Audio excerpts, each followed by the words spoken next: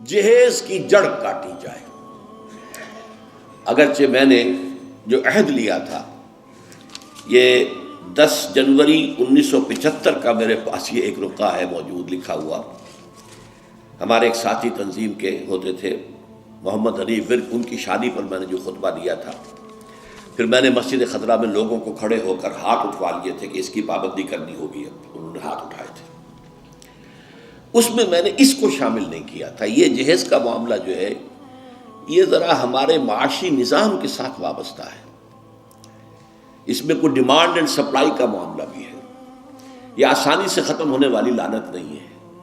اس وقت ہم نے صرف ایک پابندی لگائی تھی کہ اس کی نمائش نہ ہو، بلکہ یہ ہے کہ آپ کو جو کچھ دینا ہے 2 دن پہلے بھیج دیجئے لڑکے والے کے، یا 2 دن بعد میں بھیج دیجئے، نمائش نہ ہو کہ غریبوں کو یہ احساس نہ ہو کہ فلاں کی بیٹی تو یہ کچھ لے کر گئی ہے اور یہ کہ میرے پاس کچھ بھی نہیں ہے دینے کے لیے۔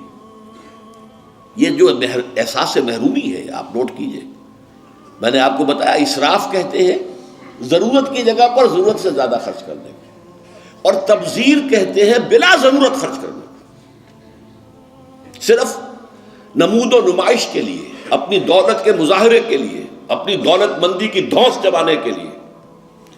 پوری کوٹھی جو ہے قمقمہ بنی ہوئی ہے، ہر جگہ پر ہر درخت کے ہر پتے کے ساتھ بلب لگا ہوا ہے، معلوم ہو جگمگ جگمگ جگمگ ہو رہی ہے، بڑے عمدہ لباس سفید براق پہنے ہوئے جو بہرے ہیں وہ کھانے ڈشیں لیے ادھر ادھر جا رہے ہیں۔ یہ جو کچھ ہے اسراف، اور اس کے بعد تبذیر کے بارے میں تو فرمایا، اسراف کے لیے تو صرف یہ کہا تسرفو لا تسرفو، اسراف نہ کرو، کلوا واشربوا ولا تسرفو، کھاؤ پیو اسراف نہ کرو۔ لیکن تبذیر کے بارے میں فرمایا ان المبذرین کانوا اخوان الشیاطین، یہ مبذر جو ہیں یہ تو شیطانوں کے بھائی ہیں۔ کیوں؟ کافی عرصے تک میرا ذہن اس پر اڑا رہا، کیوں تشبیہ دی گئی؟ پھر بات کھلی سورہ مائدہ میں جا کر، شراب کی حرمت کے ضمن میں الفاظ آئے، انما یرید الشیطان ان یوقع بینکم العداوۃ والبغضاء فی الخمر والمیسر، یہ شیطان یہ چاہتا ہے مسلمانوں کہ تمہارے اندر آپس میں بغض اور دشمنی پیدا کر دے شراب کے ذریعے اور جوئے کے ذریعے۔ شیطان چاہتا یہی ہے۔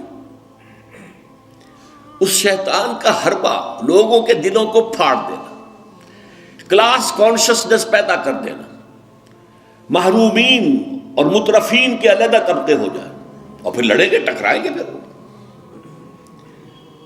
اور یہی کام اس میں ہے، جس گھر میں لڑکی کی شادی پر اس طریقے سے پیسہ جو ہے بہایا جا رہا ہے پانی کی طرح، وہاں کوئی شوفر بھی ہے، ان کا ڈرائیور، کوئی پہرے دار بھی ہے، کوئی خانسامہ بھی ہے، اس کی بیٹی بیٹھی ہوئی ہے، بوڑھی ہو رہی ہے، وہ ہاتھ پیلے نہیں کر سکتا، اس کے دل کے جذبات کیا ہوں گے اس وقت؟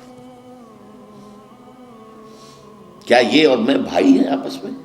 انما المومنون اخوۃ، یہ واز کہنے کی بات ہے، یہ سب ڈھکوسلے ہیں، انما المومنون اخوۃ، یہ ہم بھائی ہیں۔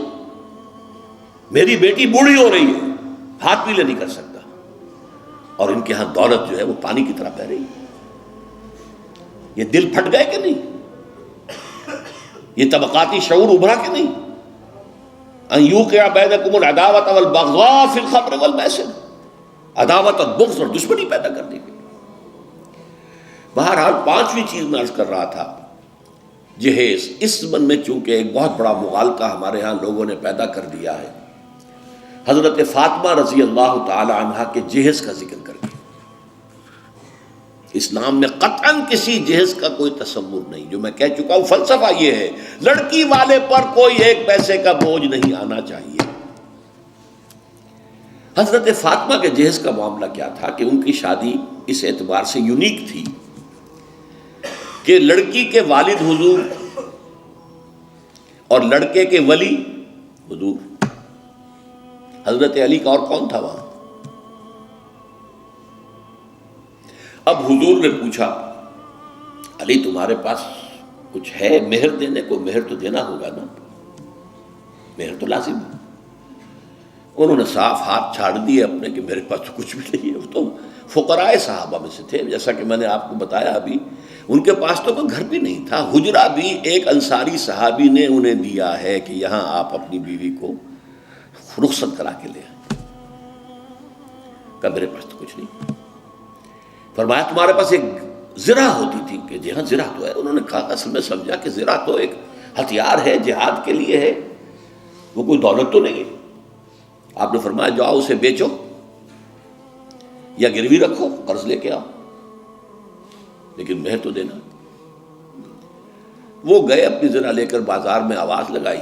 حضرت عثمان نے خرید لیا 30 دینار یا درہم، جو بھی ہے اس میں رقم کا میں یقین سے نہیں کہہ سکتا، اور بعد میں پھر واپس کر دی. اس وقت اگر ویسے ہی دیتے 30 دینار یا 30 درہم تو حضرت علی کی جو غیرت ہے اور خودی ہے اس پر بوجھ پڑتا کہ اس نے مجھے خیرات دی ہے. اس وقت تو خرید لی تاکہ کوئی بوجھ نہ ہو. میں نے زرہ بیچی ہے، پیسے لیے، بعد میں واپس کر دی ہدیۃً کہ یہ آپ کی زرہ واپس. وہ لا کے حضور کے سامنے پیسے رکھ دیے گئے. حضور نے کچھ تو گھر کے اندر بھجوائے کہ فاطمہ کے لیے وہ خوشبو، کوئی تیاری، کوئی اچھے کپڑے کو بنائے، اور باقی سے وہ سامان بنا دیا. ایک گدا جس میں کھجور کی چھال بھری ہوئی تھی، 2 تکیے کھجور کی چھال کے، ایک مشکیزہ پانی لانے کے لیے کنویں سے، ایک چکی جو یا گندم جو بھی ہوگی پیسنی ہوگی، 1-2 بالوئی سے برتن، بس. یہ ہے جہیز. اور یہ حضرت علی نے جو مہر کی رقم پیش کی تھی اس میں سے حضور نے بنا کر دیا. وہ رقم جو ہے حضرت فاطمہ کا حق تھا نا، مہر تو لڑکی کا حق ہے، اسی کے گھر کا سامان بنا دیا. اپنے پاس سے حضور نے 1 پیسے کی کوئی شے نہیں دی. اس کے لیے یہ بھی دلیل نوٹ کر لیجئے کہ حضور کی اور بھی تو بیٹیوں کی شادی ہوئی کہ نہیں. حضرت عثمان کے گھر میں 2 بیٹیاں گئی ہیں حضور کی. پہلی بیٹی تو خیر مکے میں گئی تھی، ابھی شاید وحی کا آغاز بھی نہ ہوا ہو، میں یقین سے تو نہیں کہہ سکتا. ہو سکتا ہے کہ حضور کی نبوت کے ظہور سے پہلے شادی ہوئی ہو سکتا ہے، ممکن ہے. لیکن ایک شادی تو مدینے میں ہوئی ہے، اور حضرت عثمان کا گھر بھرا ہوا، ہر شے کا سامان موجود ہے، سامان جگہ موجود ہے. کسی جہیز کا کوئی تذکرہ ملتا ہے؟ تو یہ جہیز نہیں تھا، یہ خالص ہندوانہ تصور ہے. اور اس کی وجہ کیا ہے؟ وجہ یہ ہے کہ ہندوؤں میں لڑکی جو ہے، بیٹی جو ہے، وہ وارث نہیں ہے، اسے وراثت میں کوئی حصہ نہیں ملتا.